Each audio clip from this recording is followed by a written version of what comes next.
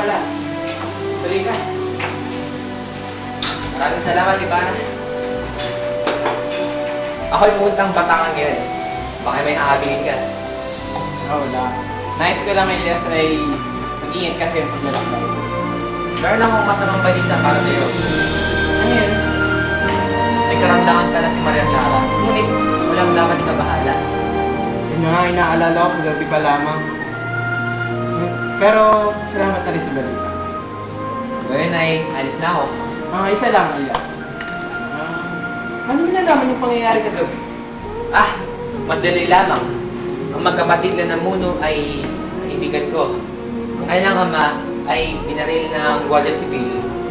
At kung hindi dahil sa akin ay marahil ay napahamak na rin silang dalawa. Kaya nung sinabi ko na itigil nilang kaguluhan ay sumunod naman sila. Ano mangyayari sa kanila ngayon? Tulad ng kanilang ama ay mapapahamak din sila sapagkat ang kanilang angkan ay nagtakan na ng kapamakan.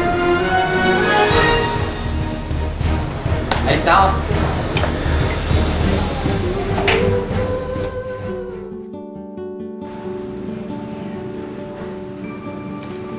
Kapitan Tiago, may pag-asa pang bumalik si Maria Clara. Ay, salamat sa Diyos.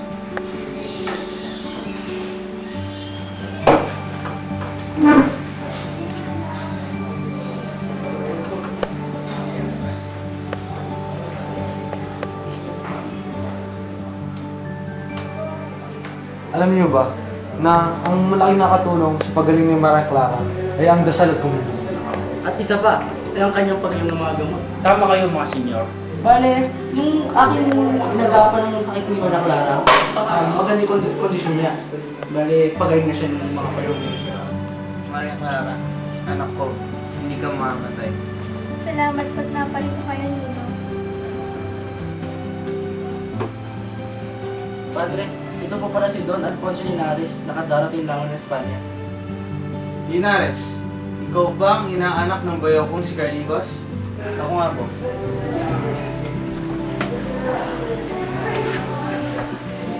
Binalita sa akin ni Carlicos na ikaw'y darating at naghahanap ng trabaho. Ano ba ang iyong pinag-aralan?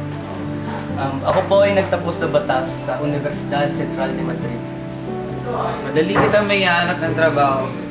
Pero ang mapapangasawa, maganda naman si Maria Clara, di ba? Halika, puntahan natin si Tiago. Wala bang tibok si Crisosto? Wala. Abala marahil siya sa Maynila. Wala rin siyang ibang sinabi, maliban sa pipilitin niya ang arsobispo na patawarin siya sa paglilitis sa Dominikano. Maria Clara, narito si Pari Salvi upang pakinggan ulit ang kumpisal at magbigay komunyon sa iyo. Kailangan bang araw-araw akong kamusal?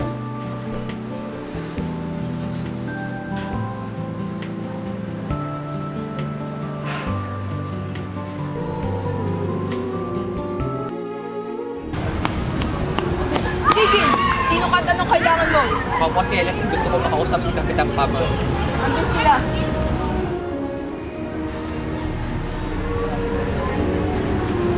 Magandang araw, Kapitan Pablo. Elias! Paano mo nalalaman ang kinaroroonan ko? Nang mabalita ang iyong kasawian ay hinanap ko na po kayo agad. Nabuti ko lang tumakas upang wala nang masaktan pa. May bumutay ako. Dahil walang nangyari sa paghanap ko ng sanhi ng kinamatay ng aking pamilya, ay nais ko lang lumayo pa kasama kayo dun sa Hilaga. At sa gayon pa man, ay tuturing ko na kayong ama at ako magtinay turing niyong bilang anak ko. Magandang pangarap, Elias. Ngunit huli na ang lahat. Ako'y matanda na at kaya lamang ako nabubuhay ay para ipagiganti ang aking pamilya.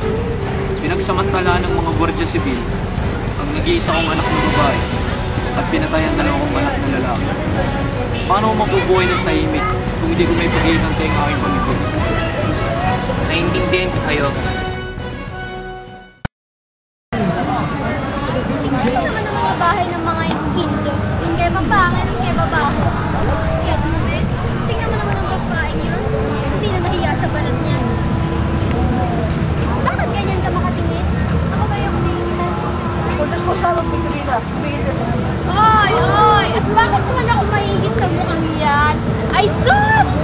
Kapangit naman. Kung akala mo ako isang probinsyana, wala sa mga ano na hindi nakakapasok sa akin bahay sa Maynila. Tama na, Victorina. Ah, oo nga no, ang mga alferes ay di nakapasok sa inyong bahay, kundi ang mga pilay na tulad ni Tiburcio.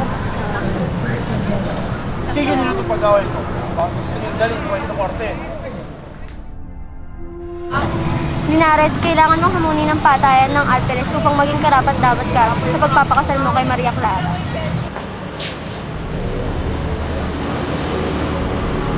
Iha, dumating na si Crisostomo at nasa ibaba. Hindi na siya iskomunikado sapagkat napatawad na siya ng Arzobispo. Salamat sa Diyos. Magaling ka na, Maria Clara. Marahil hindi mo inaasahan na aking pagdating. Maaari ba akong bumalik na lang bukas? Alam mo naman lagi bukas ang tahanan na ito sa iyo, Crisostomo. Maraming salamat. Paalam.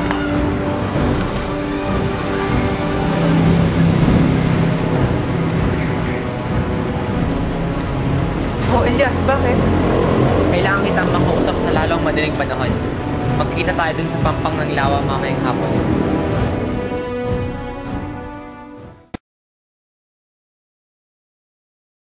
Ipinagtapat ni Elias ang lahat ng napag-usapan nila ng kapitan ng tulisan.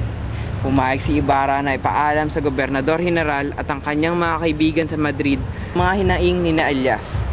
Nang tanungin ni Ibarra ang dahilan nila, ay sinabi ni Elias ang dinanas ng kanyang pamilya sa kamay ng mga nag-aapi.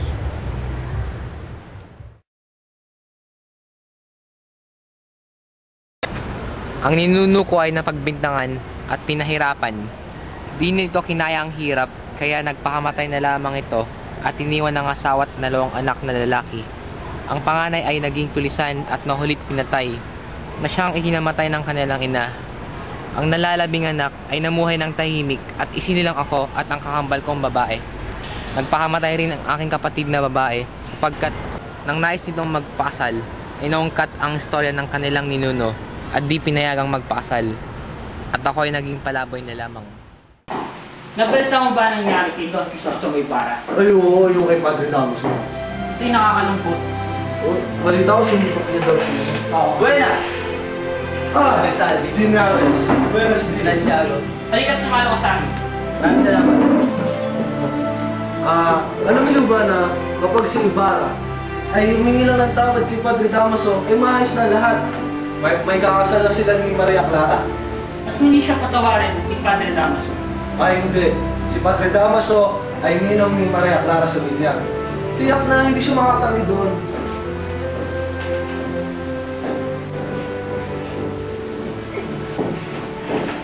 Buenas, Padre!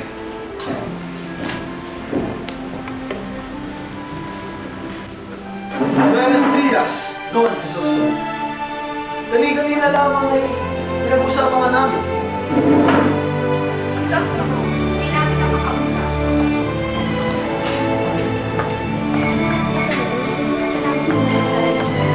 Panginoon sa Diyos, nabili ako ng Diyos. Ano sa akin sabihin?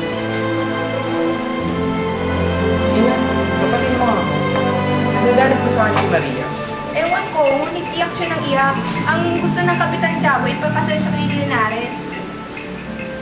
Sabihin mo nga sa kanya na nais ko siyang makausap ng sandali na.